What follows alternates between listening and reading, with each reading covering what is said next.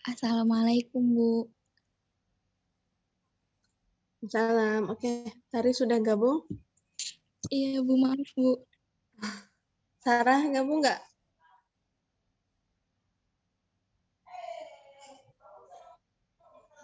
Iya, Bu. Kan satu kelompok ini bertiga, terus nanti yang kelompok 2 siapa aja berarti?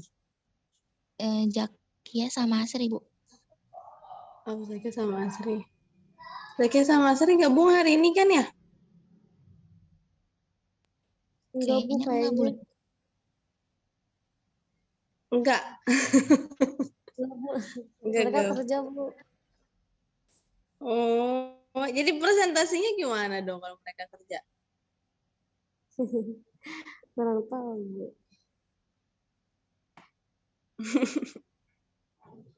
Ntar bikin itu ya.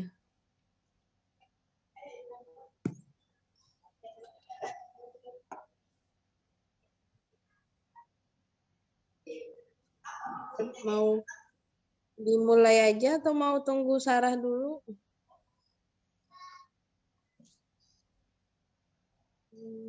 Mulai aja, Bu. Oke. Tapi nggak ada ininya nanti, yang nggak ada oponennya. Nggak ada oponen yang bisa nanya.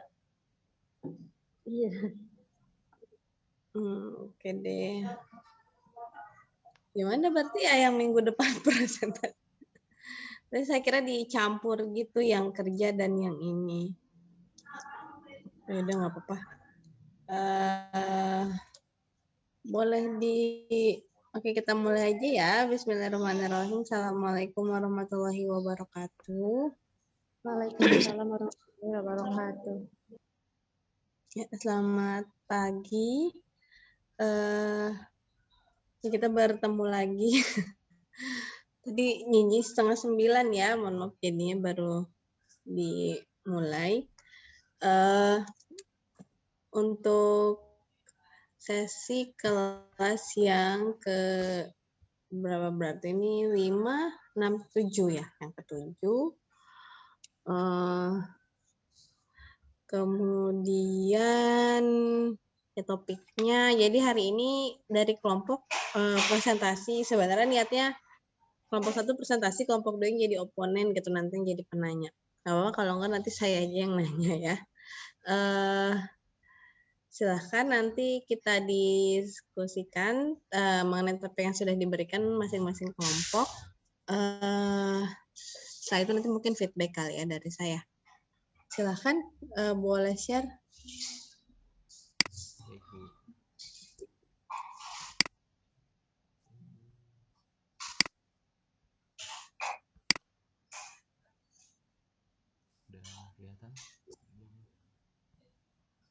Masih proses.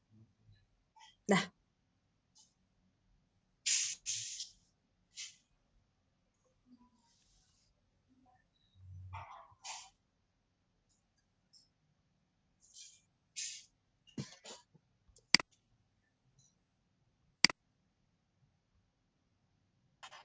Silahkan dari kelompok Zahra sama Tari. Aku dulu ya. Ya.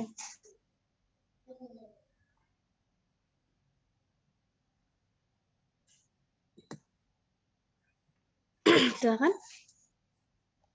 Iya, langsung baca, Bu. Gimana? Maunya gimana? Maunya, ya nggak apa-apa, Tari buka dulu jadi moderator kan, walaupun kelompoknya cuma kita. Buka dulu silahkan. Bismillahirrahmanirrahim. Assalamualaikum warahmatullahi wabarakatuh. Dari ingin presentasikan tentang pengobatan tradisional. Ini yang pertama ada pengertian pengobatan tradisional. Pengobatan tradisional adalah bagian dari kebudayaan bangsa Indonesia yang diturunkan dari generasi ke generasi. baik secara lisan maupun tulisan.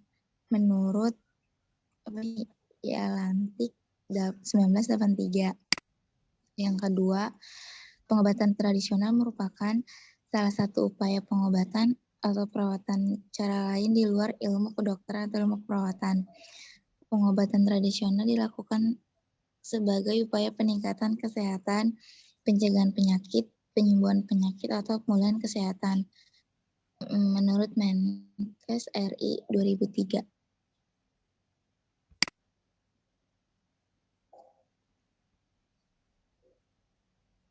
B. Kondisi obat tradisional di Indonesia. Jenis pengobatan tradisional yang mulai diintegrasikan ke dalam pengobatan konvensional adalah penggunaan obat tradisional. Sedikitnya terdapat 7.000 tumbuhan berkhasiat mengobati penyakit yang tersebar di seluruh penjuru Indonesia. Tumbuhan tersebut dimanfaatkan masyarakat sebagai obat tradisional. Obat tradisional mencakup jamu, obat herbal terstandar, dan fitofarmaka. Perbedaan ketiga jenis obat tradisional ini adalah ada tidaknya data pendukung terhadap manfaat obat, yaitu data empiris, data preklinik atau data klinik. Dan ketiga jenis obat tersebut harus melalui standar penilaian yang dilakukan Badan Pengawas Obat dan Makanan atau BPOM, sehingga khasiat dan keamanannya terjamin. Selanjutnya akan dibacakan oleh Zahra.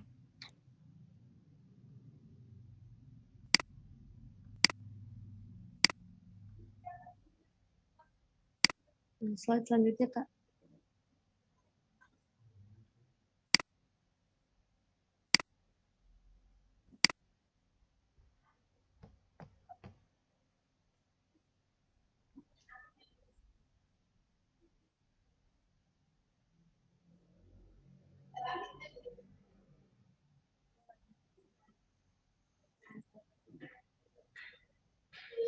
Selanjutnya, Kak.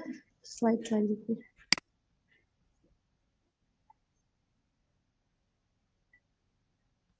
Belum ganti ya?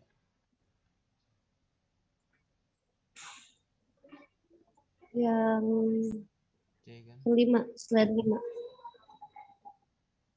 Nah, stop dulu.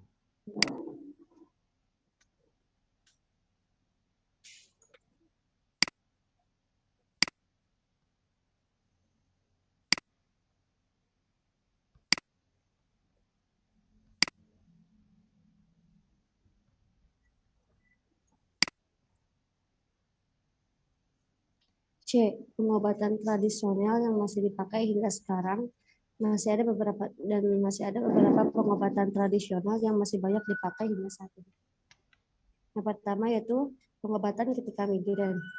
Ada beberapa pengobatan tradisional untuk meredakan migrain. Salah satunya yaitu dengan memakan apel di pagi hari selama beberapa hari untuk meredakan serangan migrain.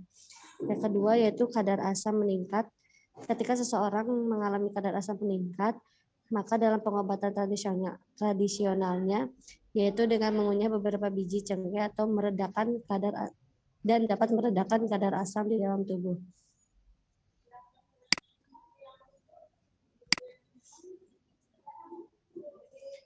Yang ketiga itu meredakan batuk kering.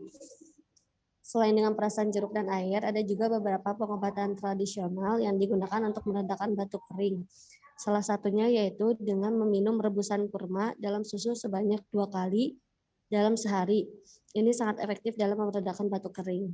Yang keempat, yaitu kekurangan zat besi. Ketika tubuh kekurangan zat besi, dapat menggunakan pengobatan tradisional dengan campuran biji kurma yang sudah dihancurkan dengan setengah cangkir susu hangat.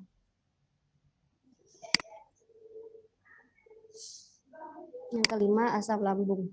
Dalam meredakan asam lambung dapat memakai pengobatan tradisional dengan mengunyah 5-6 lembar daun kemangi.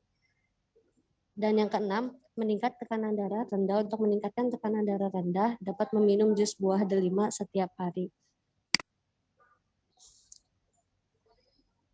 D. penggabungan obat tradisional dan obat kimia. Tidak ada obat tradisional yang semuanya aman dan tidak ada semua obat kimia juga buruk. Pada kenyataannya, obat-obatan tersebut dapat digunakan secara bersamaan. Namun, perlu penelitian dan pengembangan yang lebih banyak untuk menggabungkan penggunaan tersebut. Zat aktif dalam obat kimia umumnya lebih cepat diserap tubuh, sedangkan obat herbal selain lebih lambat diserap tubuh, terkadang bersifat mengikuti zat dari obat kimia. Akibatnya efek obat kimia jadi tidak maksimal. Nah, penggabungan pengobatan konvensional dan pengobatan tradisional dapat berdampak baik bagi kesehatan dan juga berdampak buruk bagi kesehatan. Dampak yang bertolak belakang ini dapat diketahui dari hasil penelitian dan pengembangan.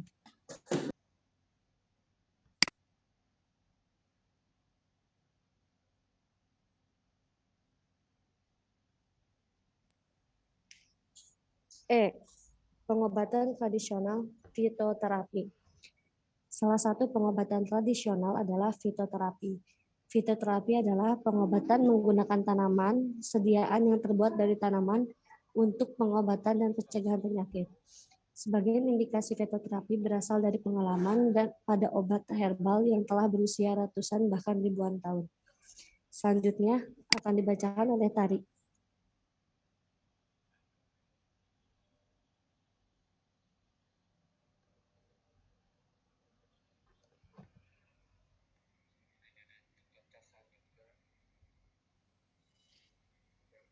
Fitoterapi dikelompokkan dalam beberapa kelompok, yaitu yang pertama, kelainan jantung dan pembuluh darah. Yang kedua, gangguan saluran pernapasan. Yang ketiga, gangguan saluran pencernaan. Yang kedua, gangguan saluran pencernaan.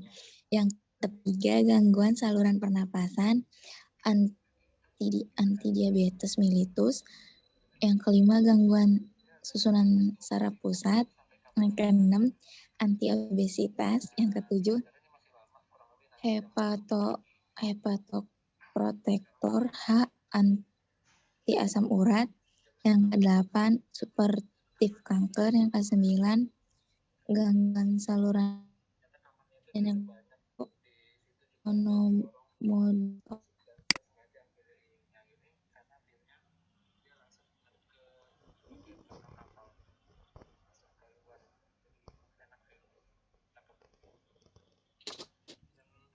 Itu saja yang bisa kami sampaikan. Ada yang mau ditanyakan? Ya, terima kasih untuk kelompok 1 ya. Sudah cukup baik untuk slide-nya, cuma nanti saya minta ditambahkan ya, kalau dari kalimatnya itu kan sebenarnya obat tradisional gitu kan, walaupun definisinya, tapi apakah obat tradisional itu memang yang sifatnya hanya dikonsumsi, yang dimakan, atau ada definisi atau jenis lain menurut kalian? Beberapa bisa dikonsumsi sih. Ya, soalnya kalau dari yang tadi Zahra paparkan kan memang hanya yang sifatnya bisa dikonsumsi ya. Tapi bagaimana dengan jenis dari pengobatan lain gitu, pengobatan tradisional lain? Kayak tadi belum masuk ya, jenis dan klasifikasi jenis dan klasifikasi pengobatan tradisional? Yang macam-macam pengobatan alternatif bukan? Yang kayak ada herbal agency, animal agency gitu. Kan ada yang herbal yang dengan ramuan misalnya. Ya. Lalu kemudian yang dengan yang lainnya misalnya dengan alat atau lain sebagainya gitu. Ada sih Bu, tapi belum kalau di makalahnya ada Bu, tapi kemarin belum sempat dimasukin ke PowerPoint-nya. Tapi di makalahnya ada. Apa saja harusnya? Di sini sih ada macam-macam pengobatan alternatif. Yang pertama itu ada herbal agency, pengobatan alternatif yang menggunakan tanaman kayak ramuan kayak gitu. Terus yang kedua itu ada animal agency, yaitu pengobatan alternatif yang menggunakan hewan. baik bahan dasar hewan atau hasil maupun perantara sebagai bahan dari proses layanan pengobatannya. Ada juga dari material agensi pengobatan alternatif yang menggunakan bahan-bahan material bumi. Misalnya tusuk jarum, air, dan terapi kristal. Terus ada juga yang main agensi, yaitu pengobatan alternatif yang menggunakan kekuatan jiwa sebagai bahan layanan pengobatan alternatif, seperti energi ciprana, spiritual, dan hipnoterapi. Yang terakhir yaitu ada action agensi, pengobatan alternatif yang menggunakan sifat, gejala, fenomena, peristiwa sebagai layanan pengobatan alternatif. Misalnya suara musik, warna, gelombang elektromagnetik, panas, listrik, dan aromaterapi. Gitu, Bu. Ya itu harusnya terpapar ya, maksudnya harusnya masuk ya itu ya, karena kan bagian dari pengobatan tradisional gitu. Kalau yang tadi dipaparkan kan kayaknya terbatas di ramuan doang ya, yang terbatas kayak di kalau fitofarmaka atau fitoterapi itu kan terbatas di yang ramuan tumbuhan ya kalau fito. Gitu nggak? Ya, Jadi nanti lagi. Ya nanti PPT-nya ditambahkan ya, biar kelompoknya nanti memudahkan juga untuk belajar. Kalau tahapan tadi kan ada yang ini ya, Ibu kan kayaknya minta dijelaskan tentang tahapan perkembangan pengobatan tradisional di Indonesia. Ya. Tadi kayaknya belum tergambar, kurang ini ya. Kalau di makalahnya gimana? Sampai ini nggak tahap-tahapannya sebelumnya apa gitu di masa-masa Jepang atau sebelum di masa-masa kemerdekaan atau di zaman-zaman ininya dibagi-bagi nggak? Tadi belum kelihatan sih. Enggak, Bu. Dari zaman-zaman itu kan masih, Bu. Perkembangannya ya, sejarahnya. Oh, jadi sejarah dari munculnya ini pengobatan tradisional. Iya, makanya kita kan ramuan-ramuan ini kan pasti nggak asal muncul gitu kan di Indonesia, atau misalnya tadi apa yang energi itu ya atau pengobatan Cina lah kayak akupuntur itu kan originalnya dari Cina. Nah, bagaimana kok dia bisa masuk ke Indonesia gitu awalnya. Jadi gimana ceritanya itu bisa masuk? Nah, tadinya harapannya itu kelihatan ya. Oh. Iya, Bu. Nanti ditambahkan ya. Iya, Bu, siap. Jadi sejarahnya gitu ya, Bu ya. Jadi ini aja mungkin zaman pra kemerdekaan atau sebelum kemerdekaan, kemudian zaman setelah kemerdekaan seperti apa perkembangannya. Atau kalau ada yang lebih detail boleh, nggak apa-apa.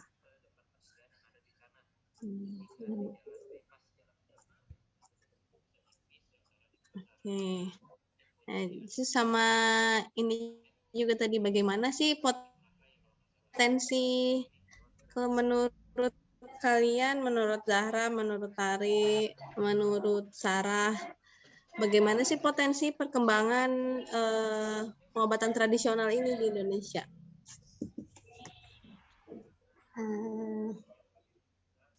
Pengobatan tradisional di Indonesia.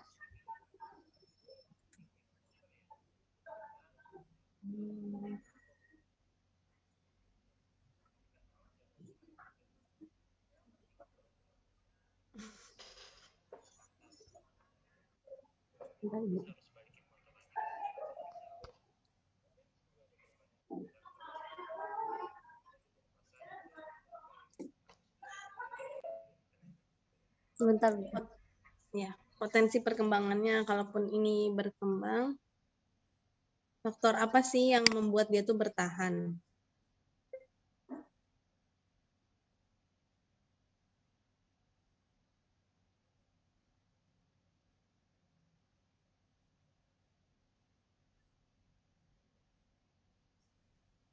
Selamat pagi Bapak Ibu. Apakah untuk pelatihan hari ini sudah bisa kita mulai sekarang atau masih menunggu rekan-rekan yang lainnya? Pagi Bu.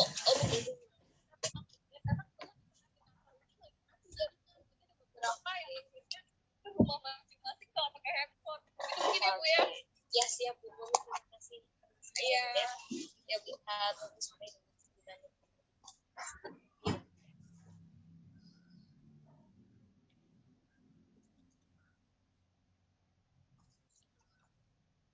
Gimana ya? Nggak apa-apa, kita diskusi aja kan, diskusi.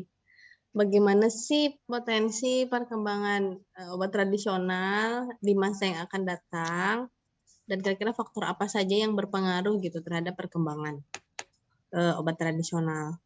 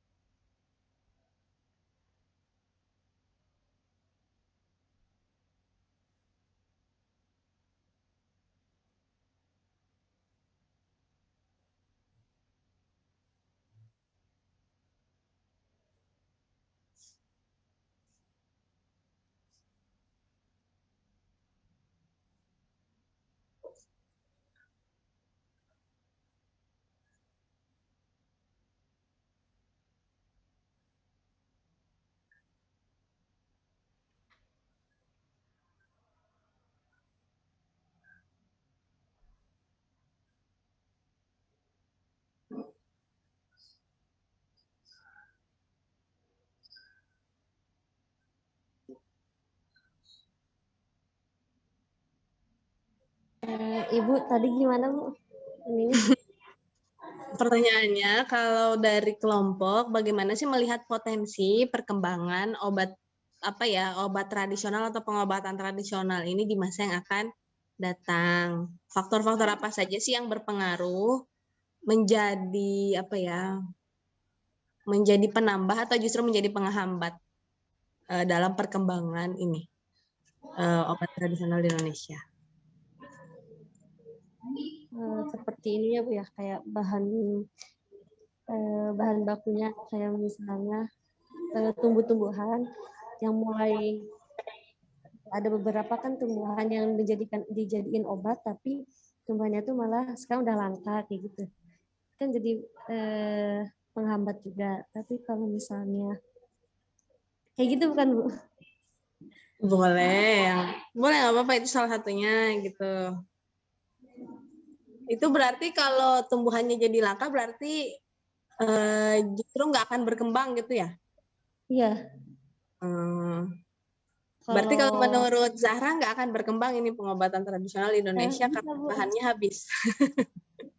Enggak Bu, ada juga yang bisa berkembang dengan apa ya, aspek yang perlu diperhatikan gitu ya Bu ya, yang buat pengembangan obat bahan alamiah.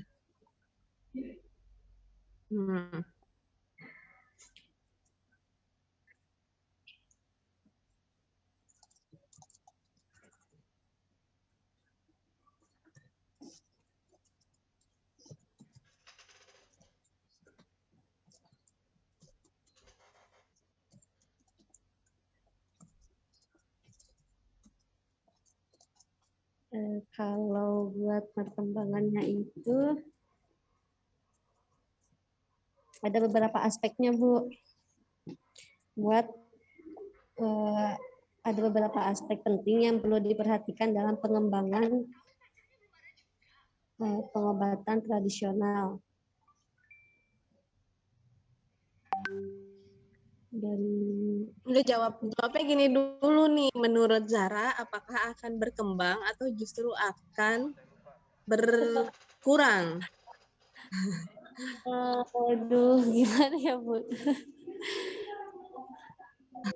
Berkembang sih, Bu. Ya nggak apa kan berpendapat. Kalau berkurang kenapa? Kalau berkurang, oke, karena Berkembang, Bu, berkembang. Jadi berkurang. gimana? Berkembang, Bu, berkembang. Berkembang karena Berkembang karena bentar, Bu, bentar.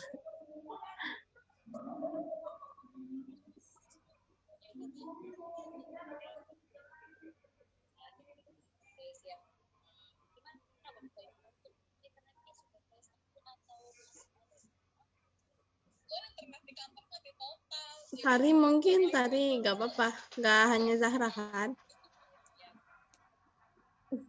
Kenapa, Bu?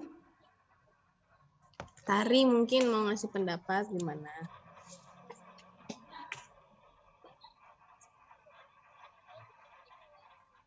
Bingung, Bu. Bingung. Gimana melihat potensi ini obat tradisional Indonesia gimana kira-kira gitu loh. Kok bingung? Kira-kira bakalan berkembang nggak sih atau justru akan kalah sama obat-obat kimia? Kalau kata Tari, apa ya? Kayak sama gitu, Bu. Jadi kayak ada apa Sama ya? kuat. Kalau misalkan mungkin, aduh gimana yang ngejelasin? Aku bingung kata-katanya. Nah,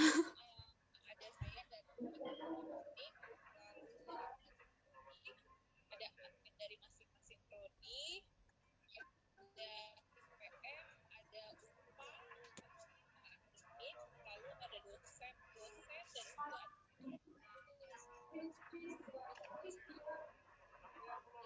Tadi nggak kedengeran suaranya.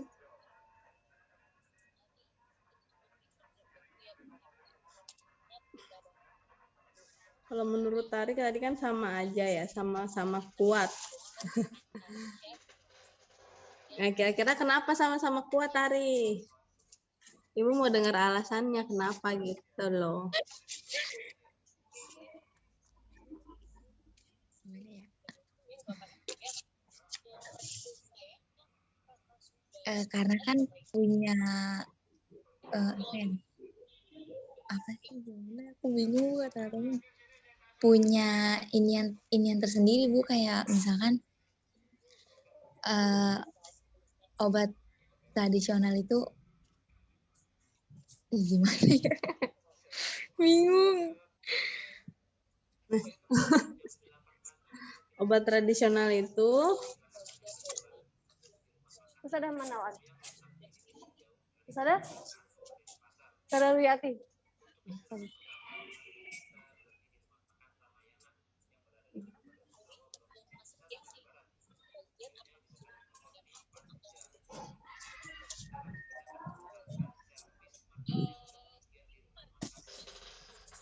mungkin tim IT bisa ada yang bantu kita.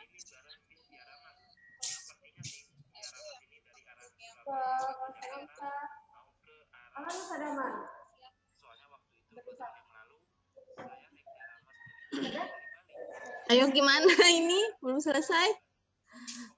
Ibadah kali ya, terus ada tadi.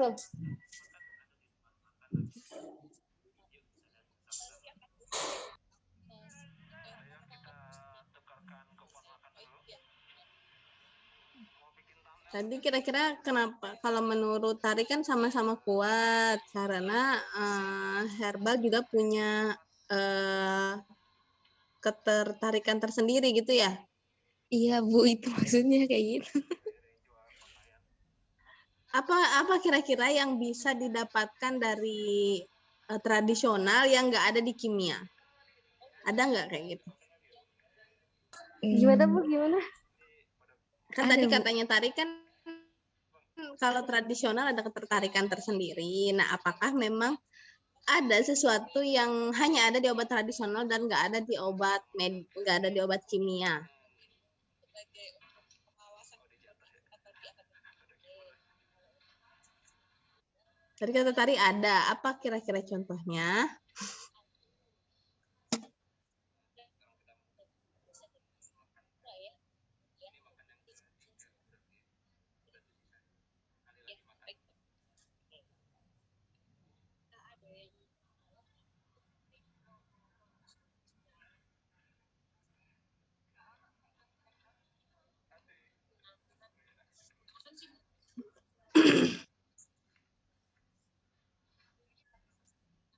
Ayo apa? Tadi jangan menggantung, tadi jawabnya ada. Apa ada? Gitu. Ibu nanya lagi ya. Apa?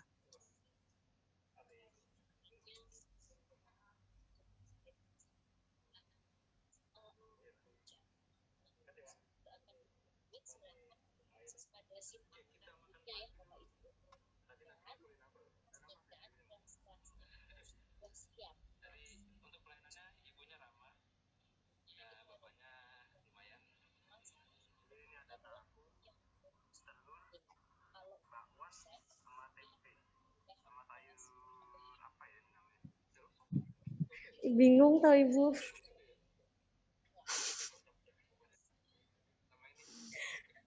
Kalau berkembang berarti ini Bu,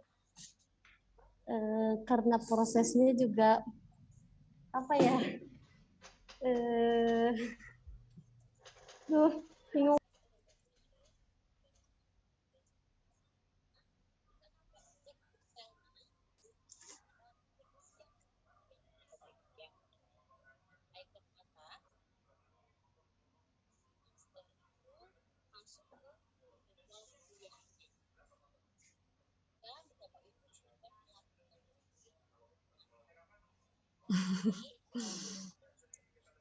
Oke, jadi gini ya, kalau sebenarnya pengen dengar dulu sih tadi, tapi kalau pun apa namanya mungkin masih bingung ya. Cuma tadi jawabannya udah mulai mengarah-arah sih. Jadi ke depannya kalau kita sih melihat potensi, karena dasarnya pengobatan tradisional ini kan budaya ya yang sudah kita bahas terus. Dan budaya ini sifatnya apa? Diturunkan ya. Walaupun nggak bulat-bulat secara utuh diturunkan, tapi pasti masih ada tuh dia tersalurkan secara terus-menerus gitu ke generasi-generasi selanjutnya. Pun sama halnya dengan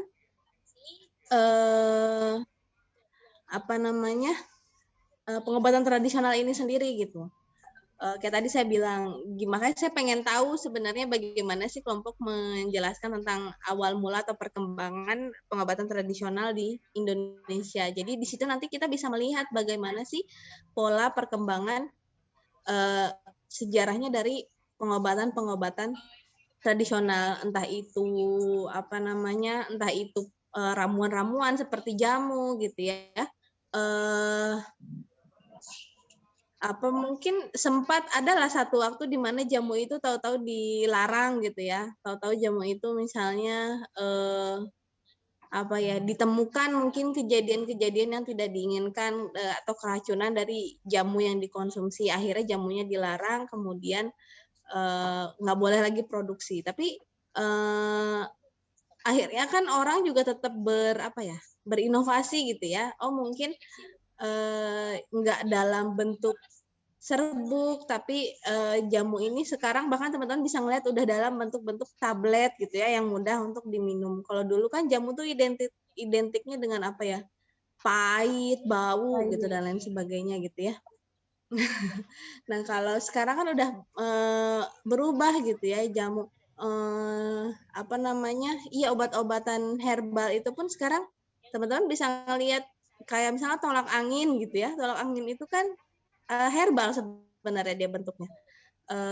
Sama tadi yang dibilang misalnya dia fitofarmaka juga, dia asalnya dari ramuan, hanya dia dikemas dalam bentuk yang jauh lebih mudah buat dikonsumsi gitu ya. Jadi seperti itu gitu. Jadi potensinya kalau dibilang tadi sama Tari, sepertinya sama-sama kuat Bu gitu. Ya itu tadi karena generasi atau masyarakat kita ini masih sangat erat kaitannya dengan budaya yang pertama, itu jadi faktor utama. Kemudian makanya mungkin obat tradisional atau pengobatan tradisional masih akan terus bertahan di Indonesia. Terus tadi kalau kata Zahra kayaknya banyak bahan alamnya yang udah pada nggak ada gitu ya. Mungkin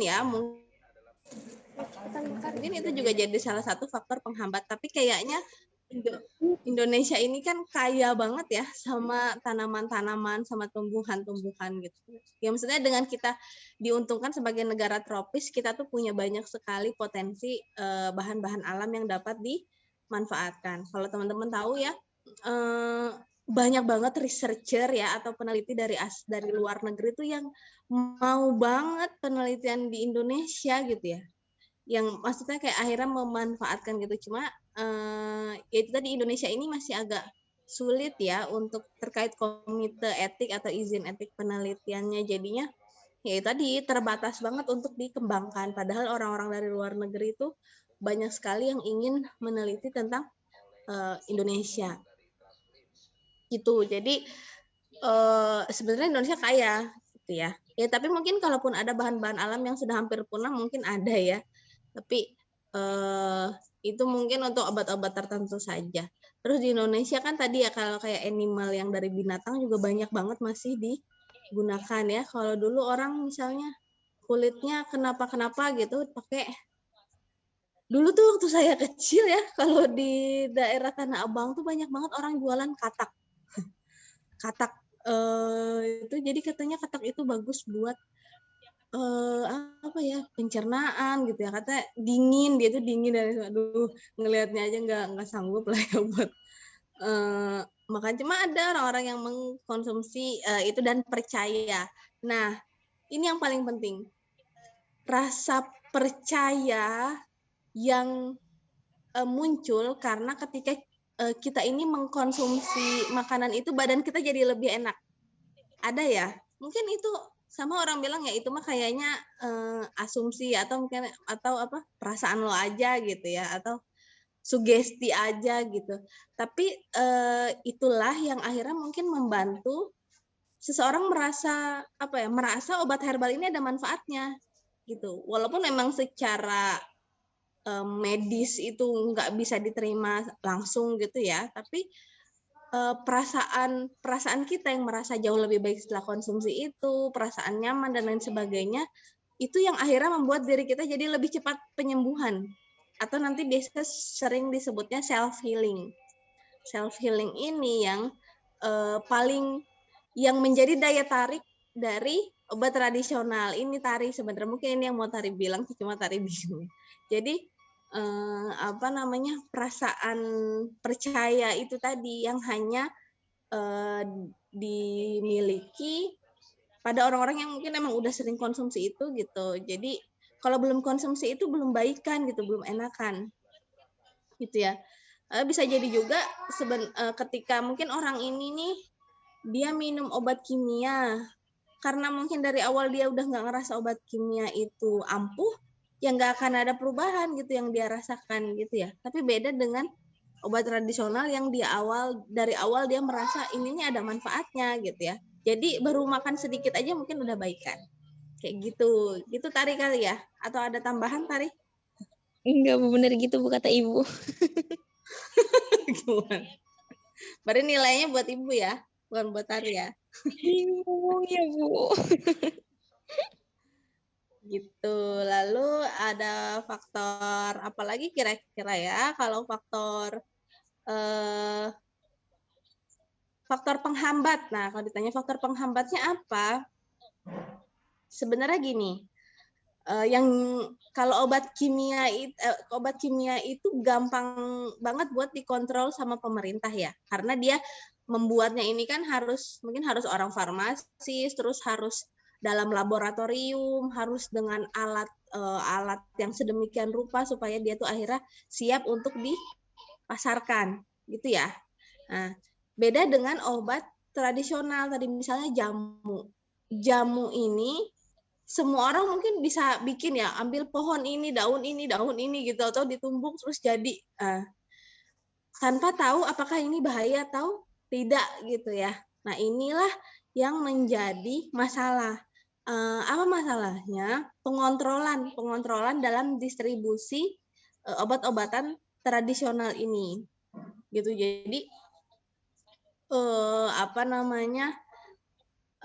Kalau tahu-tahu ya itu tadi misalnya ada kasus keracunan, ada kasus meninggal karena lain sebagainya, itu benar-benar masih sulit sekali untuk dikontrol oleh pemerintah khususnya ya, atau BPOM yang bertanggung jawab dalam hal ini gitu. Jadi ntar tahu-tahu jamu ini dilarang atau obat herbal ini nggak boleh masuk, padahal mungkin sebenarnya oknum-oknum ya, jadi ada orang-orang yang menjual itu palsu gitu ya, bentuk palsunya tapi diedarkan, dipasarkan kayak gitu.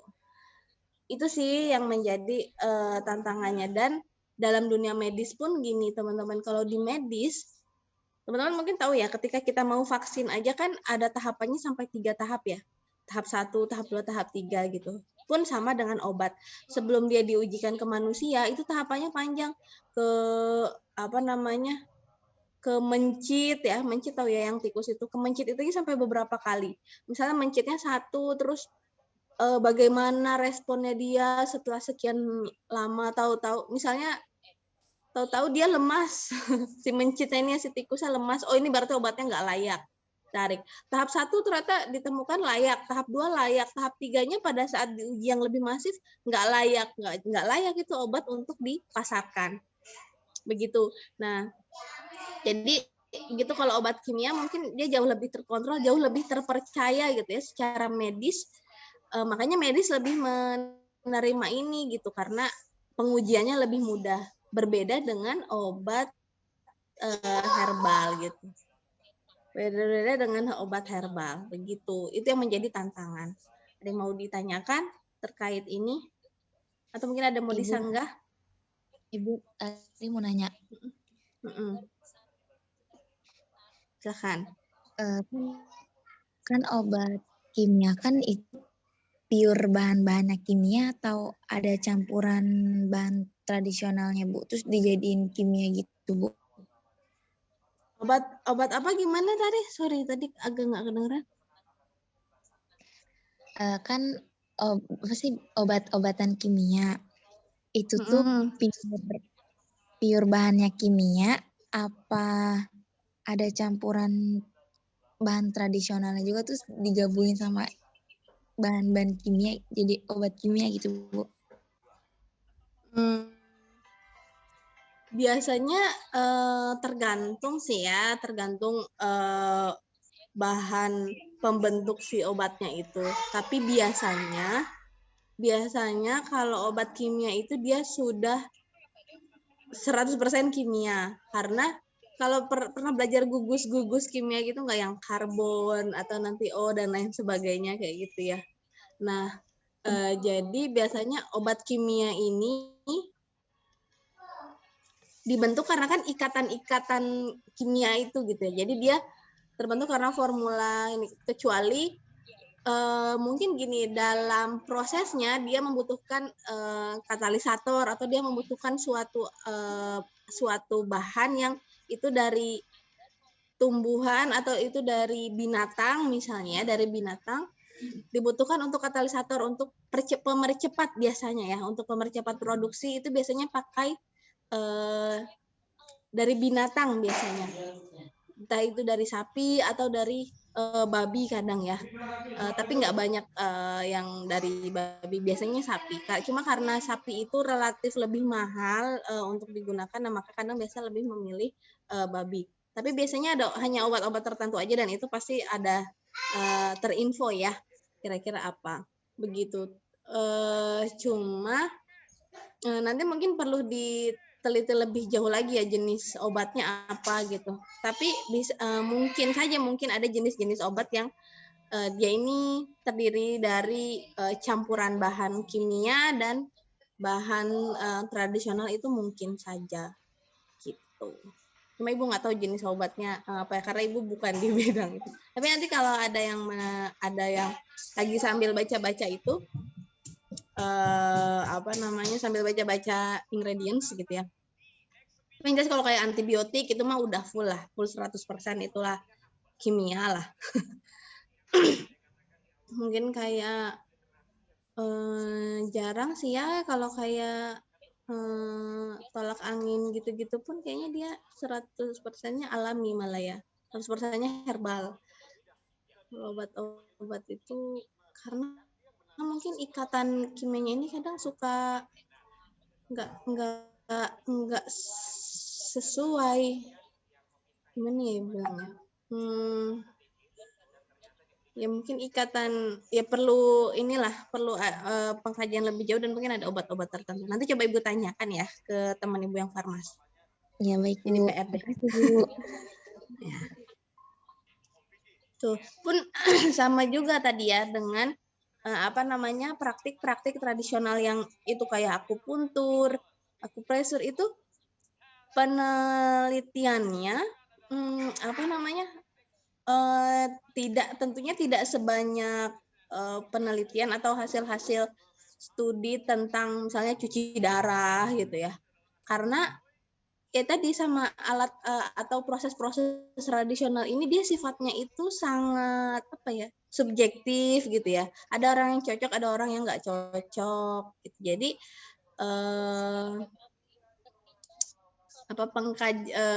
perlu ya tadi penelusuran lebih jauh lagi sebenarnya gitu. Tapi memang agak sulit kalau untuk melihat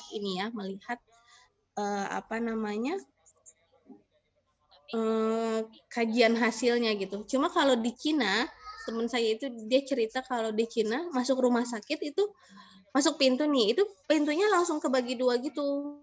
Mau tradisional atau mau modern gitu. Jadi orang itu dibebaskan memilih mau yang mana gitu. Dan kalaupun memang butuh integrasi gitu ya antara itu ya tentunya itu nggak menutup kemungkinan gitu. Intinya jangan dibatasi karena orang pasti punya pilihan tadi. Karena orang punya perasaan yang mana yang dia merasa lebih nyaman, lebih efektif yaitu akan mempengaruhi preferensi dia dalam memilih pengobatan apa gitu ya. Seperti itu. Udah mau ditanyakan lagi? Zahra mungkin? Atau mau disanggah? Kayaknya enggak deh, Bu. Kayaknya ke depan obat tradisional nggak punya peluang deh. Enggak, Bu, enggak.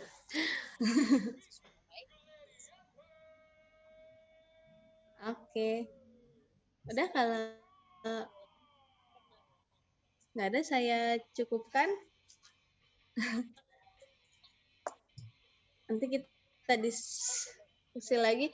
Berarti minggu depan gini aja Mas Alif, kalau yang itu nggak bisa presentasi, ditugaskan aja suruh pikir.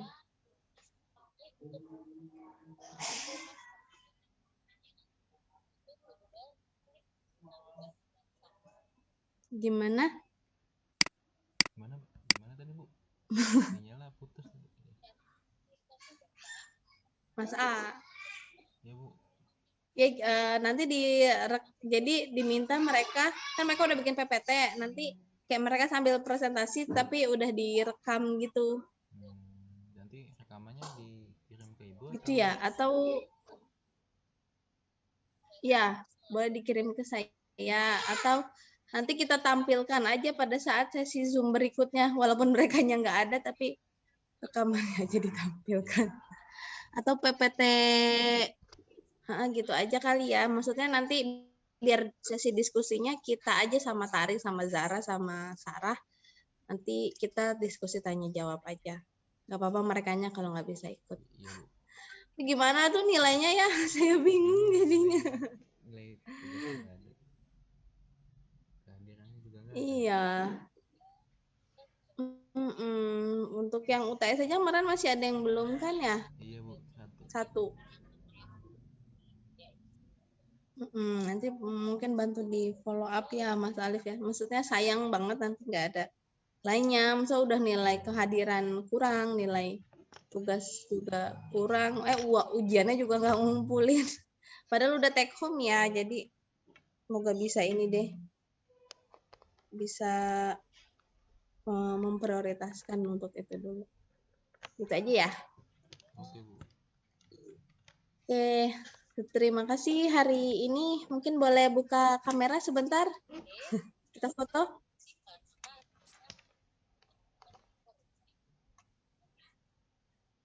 Sarahnya mana? Sarah nggak ngomong-ngomong nih, Sarah. Oke. Foto ya. Yang kelihatan atau mukanya gimana sih, digeser-geser? Ya. 1, 2, 3. Oke, sudah. Terima kasih banyak atas waktunya. Kurang lebihnya mohon maaf. Nanti saya share PPT saya buat tambahan. Minggu depan kita ketemu lagi ya. Iya, Bu. Diskusi tentang topik dari kelompok 2. Terima kasih atas waktunya. Assalamualaikum warahmatullahi wabarakatuh. Oh ya, selamat menjalankan ibadah puasa. Mohon maaf lahir dan batin ya. Makasih. Selamat berpuasa juga, Bu. Ya. Makasih, Bu. Ya. Ya.